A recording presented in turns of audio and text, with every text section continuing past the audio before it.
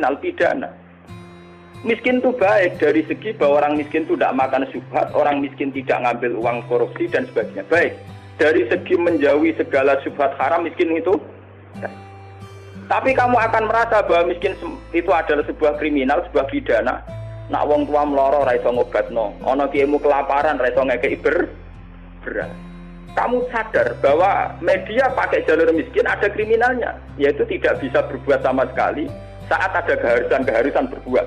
Misalnya kere banget, roh cah yatim kere, podo kere jeng sepuntene. Roh mbok meloro wis kejet-kejet. Mak mati wae mak ra iso ngobat. Nek kan ngeri. Tetap ada sisi kriminalnya. Paham ya? Ada sisi apa? Kriminal. Makanya miskin teman-teman oleh Nabi terus dikomentari ya tetap ngene iku wis kadal fatu ayat kuda apa? Kufra. Ngobat boe kok milih mati. Wong mbok-mboke dhewe mak mati wae ngobatno ya aku. Sampeyan ya wis tuwa wae. Ya pancen ra diomongno tapi atine ngono. Justru ra diomongno ketok munafik malah dosane tambah loro. Dosa melarat ra iso ngobatno ya dosa ning atine arep-arep mati. Nah, dari segi ini miskin itu masalah.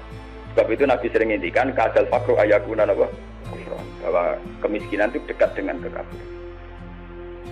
Karena banyak orang yang punya sifat netral, misalnya perempuan. Perempuan itu butuh makan, butuh lipstik, butuh apa saja. Kadang netral. Andai kan dia jadi pegawai pos atau PNS, dia mungkin tidak menjual diri. Karena masalahnya dia itu uang. Yang netral ya, yang tidak soleh betul ya tidak jahat betul ya. Yang masih apa? Akhirnya ujung-ujungnya dia terjerembab ke dosa menjual diri karena miskin. Dan dia mendapatkannya rezeki hanya lewat itu. Ini termasuk miskin akhirnya menjerumuskan dia ke lembah nawahi. Artinya saya katakan netral begini, andai kan dia dapat rezeki yang lain, itu mungkin tidak sampai sini. Makanya mengecualikan sing soleh kelas A, meskipun miskin tidak zina, atau yang mentalnya nakal meskipun juga ya tetap zina. Ini contoh yang netral yang masih dipisah dipengaruhi uang. Banyak contoh-contoh miskin yang akhirnya masalah, yaitu kelihatan di bab jihad. Kabeh sahabat itu nangis. Ketika Nabi mewajibkan jihad dengan perlengkapan perang, itu sahabat-sahabat yang marah mesti nangis. Tawallau wa'yunuhum tafidu minad dam'i hazanan alla yajidu mayun. Karena perang itu dengan begitu banyak peralatan, energi, persiapan dan sebagainya. Tiap ono kewajiban perang, sahabat yang marah-marah itu nangis. Karena mereka sadar tidak bisa berbuat baik. Artinya apa? Kalau kamu menjadikan miskin sebagai media taqarrub ila Allah dan itu satu-satunya, ternyata juga banyak masalah. Sehingga nggak bisa diitur. Malah kalaupun ini benar, ya kata yang ngarang Burda itu tetap hikmah. Miskin itu terbaik dari segi tidak makan barang haram, dari segi babil kafir dia baik, tidak makan barang haram. Tapi ada masalah. Lah ini oleh Burda disebut nuqtatil ilmi. Apa yang dialami Nabi Ayub banyak sekelumit ilmu, sekelumit hikmah. Begitu juga yang dialami Nabi Sulaiman. Untuk senang Allah saja kok nunggu kaya raya gitu. Mayoritas orang kan tidak kaya. Kalau untuk senang Allah harus kaya dulu, orang nggak bisa senang Allah semua. Karena untuk senang Allah harus kaya. Saya tuh punya banyak tetangga di Sarang, di Rembang, di mana-mana kalau survei. Sebagian masyarakat, ya itu bertahajud, esok mulang Quran, bariku duha, berduha di madrasah, bariku. Sebagian masyarakat yang tidak dolim-dolim amat ya, mereka orang baik loh ya. Kecuali orang nakal, manjan seneng kiai. Nah, kiai ramen ibadah pilih Gus. Dia orang mikir belanja. Orang mikir apa? Belanja. Dia tidak mikir uang harian. Artinya ternyata kiai yang mapan juga tidak jadi percontohan yang baik. Karena kemudian masyarakat yang soleh yang tidak mapan menganggap kiai sergap ibadah itu dipenuhi ibadah karena dia berkecukupan. Umpama daerah kecukupan Gus, macul sik lagi kelar sholat. Ya bercocok tanam dulu baru kelar ngajar keras sholat. Intinya, andai kan kiai itu mapan semua, tentu orang akan bilang bahwa mereka tenang ibadah, tenang ngajar karena berkecukupan. Itu juga tidak contoh yang baik, paham ya? Paham ya? Itu juga tidak contoh yang Rasulullah itu tidak begitu semua. Faqad nabiyyi nabi khalqin wa khuluqi walam yudanuhu fi ilmi walaqad. Walam yudanuhu fi ilmi. Kalau nabi itu bisa dua-duanya. Beliau ketika perang Khandaq, perang Dzatil Usra itu ada cerita paradok dan itu nabi benar-benar bahrul ilmi, lautan apa? ilmu. Kita tahu dalam perang itu Sayyidina Utsman itu nyumbang 50 kuda, sekian ratus onta, sekian ratus al-arba'atu alafi dinarin. Cara saat ini hampir 4 miliar. Sumbangan di sinten tadi sinten Sayyidina Utsman, Tolha, Zubair. Itu rata-rata sumbangannya di atas 200 juta. Sahabat yang miskin-miskin itu sampai kurma satu saja diisep orang dua, saking miskin. Ada yang bawa kurma satu ikat. Dan dalam perang itu diceritakan Nabi itu saking laparnya itu perutnya diganjil mbek wadah. Lho umpama Nabi ku nakalan, lha opo enggak diwatu nyembelih unta sitok. Kenapa Nabi tidak jalan pintas memotong salah satu kuda atau unta kemudian menyelesaikan masalah kelapa? Jadi di cerita itu kan mestinya kita sebagai kiai, sebagai ulama kan paham paradoksnya. Di satu sisi diceritakan sumbangan begitu melimpah, di sisi yang lain Nabi ini kelaparan sampai napa ganjel. Nah itu Nabi Muhammad. Beliau sebagai pribadi yang seorang Nabi, seorang Rasul, dia sadar betul kalau dunia itu tidak ada artinya semua. Sehingga dia sebagai kapasitas Nabi, sebagai orang dekat Allah, ya sudah dia miskin, tidak ada masalah. Tapi beliau sebagai pemimpin besar yang harus dengan persenjataan lengkap, dengan perlengkapan yang komplit karena ngadepi pasukan besar saat itu Romawi, harus lengkap secara syariat. Nah kita ngeten ora bener kabeh.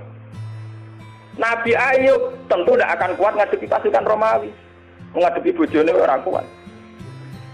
Paham nggih? Nabi Sulaiman juga tidak koordinator yang baik karena kemudian nanti yang dianggap hebat Nabi Sulaiman saja. Karena dia perang pakai pasukan jin, pasukan setan, pasukan kewan dan sebagainya. Kapan dia didik umatnya kalau jalan pintas begitu? Paham?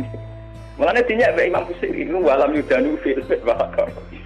Itu udah ada visi ilmiahnya, kekuatan gitu sudah bervisi ilmiah.